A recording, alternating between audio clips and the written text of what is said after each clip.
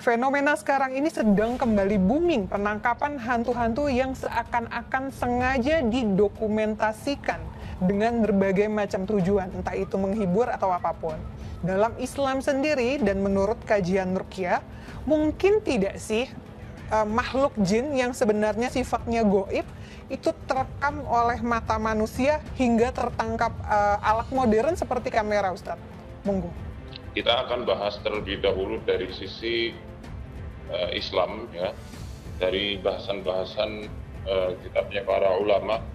Di antaranya ini saya sedang bawa kitab Al-Kawkabul Ajuj, ya, karya Sayyid Alwi bin Ahmad As-Sighaf. Sayyid Alwi bin Ahmad As-Sighaf di halaman ke 193. Jin banyak sekali perwujudannya.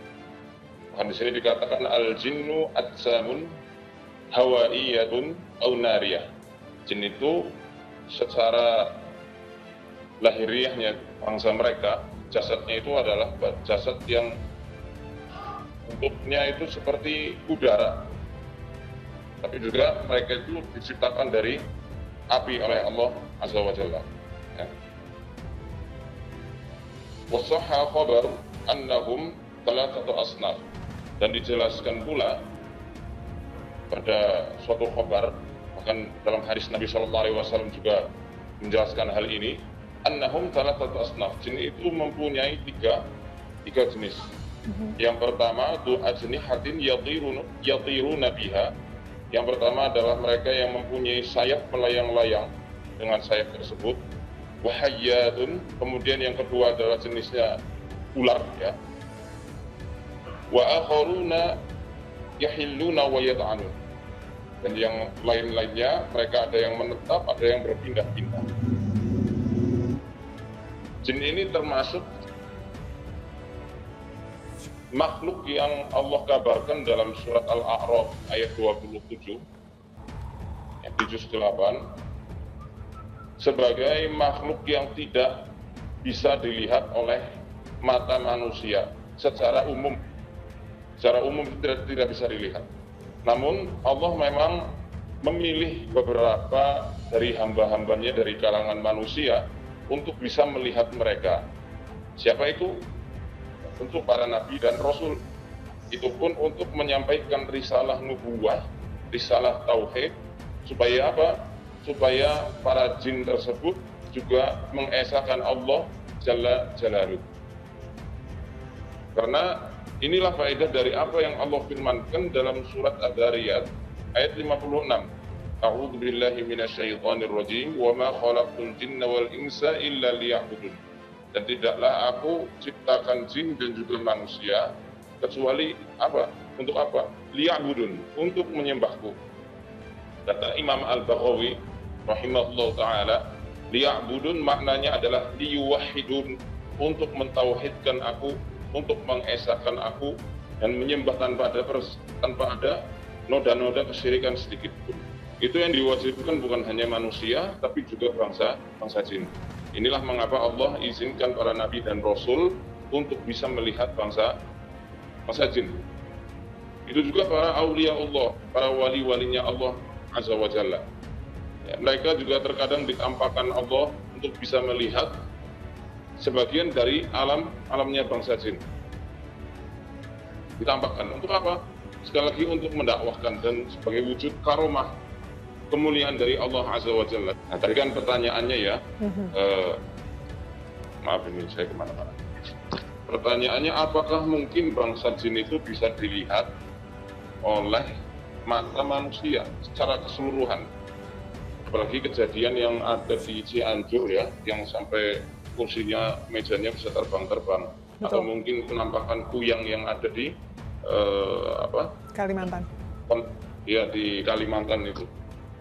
Sebenarnya ini bisa, jawabannya sangat mudah sekali, dijelaskan juga dalam hadis yang diriwayatkan oleh Imam Muslim. Ini ada di halaman yang lainnya. Yakni bangsa jin itu terkadang menjelma sebagai umarul gaib, sebagai jin yang menunggu rumah. Ya. Nah, di sini pernah diceritakan Ya ketika perang Ahzab atau perang Khandaq itu ada salah satu seorang sahabat dari Ansor ya, yang tiba-tiba pulang, istrinya ada di luar rumah. Nah kemudian istrinya itu diarahkan tombak sama suaminya. Mereka baru menikah, tiba-tiba melihat istrinya ada di luar rumah.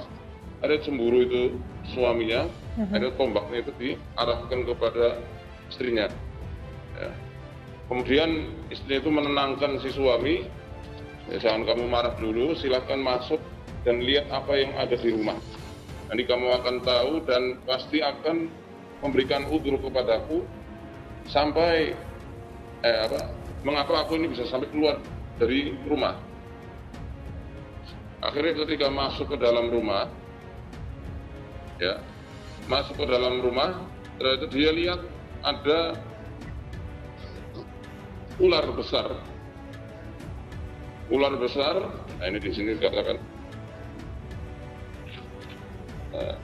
ular besar yang sedang melingkar di atas kasurnya. Kemudian pemuda itu langsung menikam ular tersebut dengan tombaknya sampai ular itu ngelepar di atas tombaknya. Nah waktu dia itu keluar, tiba-tiba si pemuda yang tadi menusukkan tombaknya ke arah ular juga langsung jatuh dan langsung meninggal. Bukan sekedar jatuh saja, beliau langsung meninggal.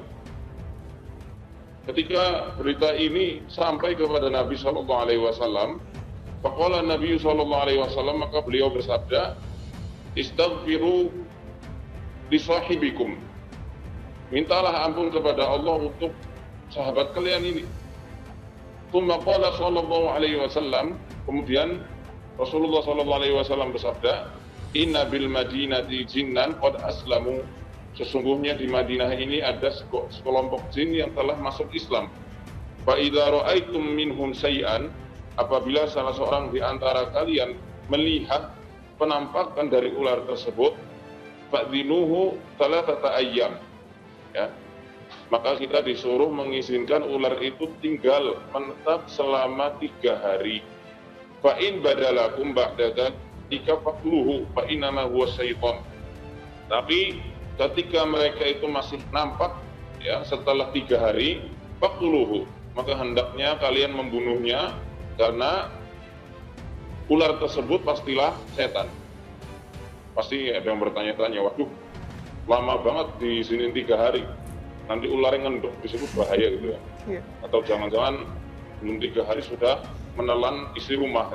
Iya, betul. Maka di sini ada lafaz yang lain yang mengatakan inna li hadhil buyuti awamiro, sesungguhnya di rumah ini, di rumah-rumah kalian ini ada yang namanya awamir. Awamir itu jin yang menunggu, jin penunggu ya.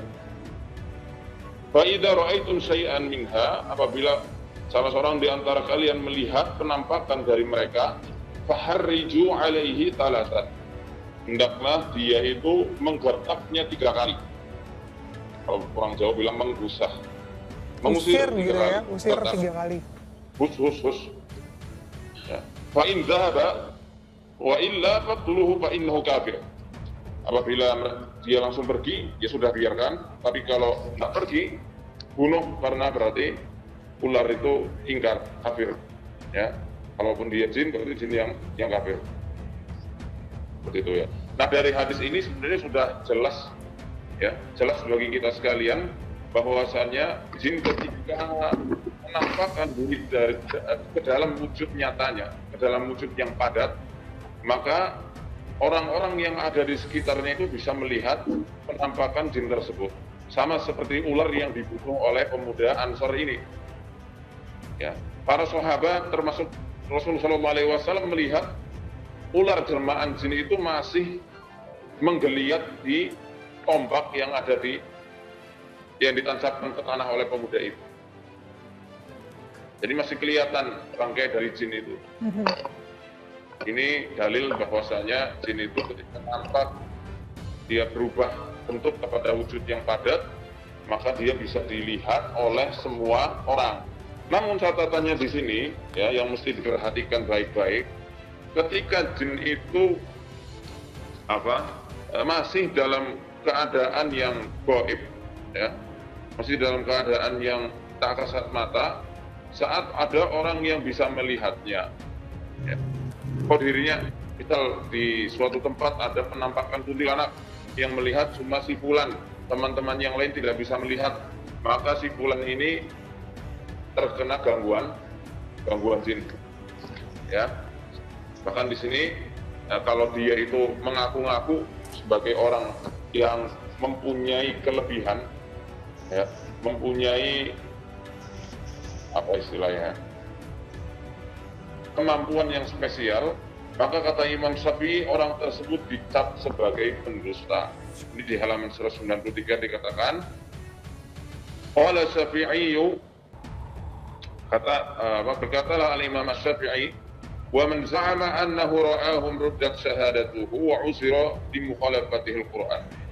Barang siapa yang mengaku-ngaku bisa melihat mereka, maksudnya adalah bangsa jin, kita tolak persaksiannya, dia dicap sebagai pendusta.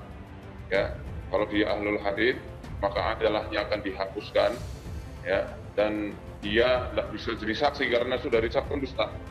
Perkataannya itu sudah langsung gugur. Kalaupun toh dia mendakwakan tentang tauhid, dakwah tauhidnya pun gugur karena dia sudah ngaku-ngaku bisa melihat jin dalam wujud yang tak kasat mata itu. Ya, kalau ngaku-ngaku ke halayak ramai, ya. Wa uzira li mukhalafati, dan dia harus dihukum karena telah menyelisihi Al-Qur'anul Karim. Nah, siap Ustadz, berarti apakah bisa terlihat di kamera ya, manusia, kamera manusia, ya, kamera modern Ustadz, bisa terekam pertama, gitu ya? Ya, kalau kita bicara dari segi ilmu metafisik, memang ada beberapa rapalan-rapalan tertentu untuk bisa menangkap sinyal aura, ya, sinyal energi dari bangsa jin tersebut untuk bisa ditampakkan ke dalam kamera. Namun kebanyakannya, saya yakin 100% rata-rata itu settingan. Ya, itu settingan. Karena wujudnya amat sangat nyata, ya. Iya, kalau saya dulu kan nyantri di Gontor. Jadi di daerah sana itu kalau ada cahaya merah mau hinggap ke rumah orang, kalau ketahuan kelihatan sama orang, cahaya itu meledak duluan, hilang duluan. Semacam santet begitu, Ustaz? Iya, semacam santet. Siap. Dan mereka sebenarnya kalau kelihatan sama manusia, merekanya nggak pede. Iya, jin juga punya rasa was-was, khawatir manusianya lebih ganas. Iya, betul. Masalahnya kalau mereka itu sudah nampak di alam kita, di alam manusia, secara otomatis hukum alam manusia itu berlaku bagi bangsa jin. Berarti artinya kalau dia wujud di mata kita, ketika kita mukul, dia akan merasakan yang kita pukul gitu ya, Ustaz, ya? Iya, dia akan merasakan pukulan kita dan bisa langsung wassalam gitu. Bisa langsung mati. Itu sama seperti kisahnya pemuda Ansor yang bunuh ular jelmaan jin tadi, itu. ya. Ya, kan pada hakikatnya jin itu lebih selamat kalau dia itu dalam keadaan tak kasat mata. Kalau misal dibunuh, sebenarnya salah jinnya, suruh siapa nampak-nampakin di alam manusia.